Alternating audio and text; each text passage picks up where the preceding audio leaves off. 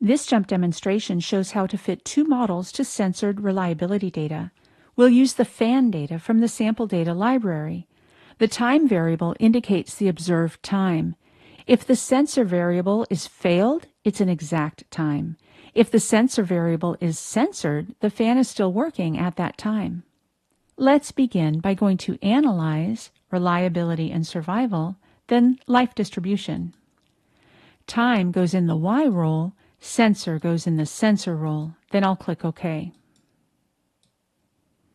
The nonparametric midpoint estimates of reliability are displayed in the graph. In the Compare Distributions report, I'll select Lognormal.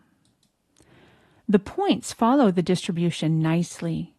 I'll also select Weibull. In the range of the data, there's not much difference between the two distribution fits. The difference is in extrapolation of the reliability estimates for longer times. The Lognormal predicts lower probability of failure, the Weibull predicts higher probability of failure. In the Model Comparisons report, we can see that the Lognormal has a smaller AICc than the Weibull, but the Weibull AICc is only about 1 unit away, so both distributions have about the same support from the data. Details of both parametric models can be found below. These reports include parameter estimates and profilers to predict probability of failure for a given time, the time of failure for a given population proportion, the hazard function, and the probability density function.